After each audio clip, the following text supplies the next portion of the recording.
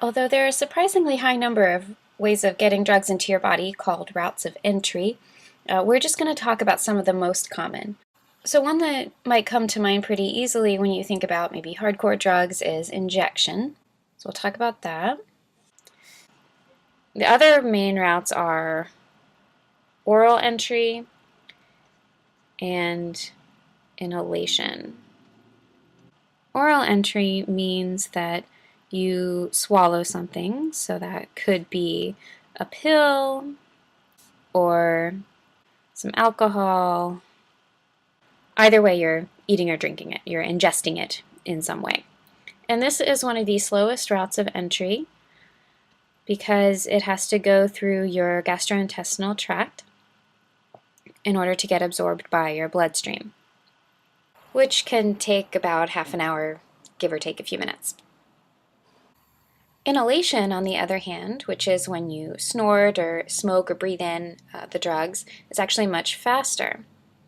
Because once you inhale it, it pretty much goes straight to your brain. It can be there within 10 seconds. And then you start feeling the effects. So this would be a lot of times tobacco or cocaine is often snorted. And finally, the most direct route is injection. With injection, we're usually talking about intravenous injection, which means it goes right into a blood vein. This begins to take effect within seconds. Intravenous injection can be very dangerous because you're much more likely to inject bacteria or other unexpected toxins along with the drugs, especially if you're using unsterilized paraphernalia. So if someone else has used the needle before you, then this increases the likelihood you'll be exposed to something harmful, such as HIV. Okay, so those are the three most common routes of entry, and now I'm just going to mention two more that are moderately common: transdermal and intramuscular. Transdermal entry means that the drug is absorbed through the skin. This is how patches, like the nicotine patch, for example, works. The drug in the patch has to be pretty potent, and it can be released into the bloodstream over several hours. Intramuscular entry means that a needle is stuck directly into the muscle. So before we talked about intravenous injection, this is intramuscular.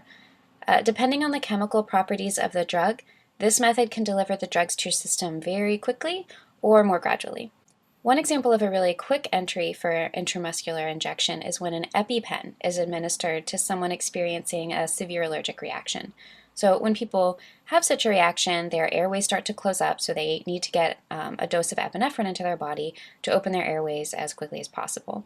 And if you've ever seen or done this, the needle usually goes into a large muscle in your thigh, because studies have shown that to have the most access points to blood vessels, you need to stick it in that particular muscle. So the epinephrine can take effect really quickly.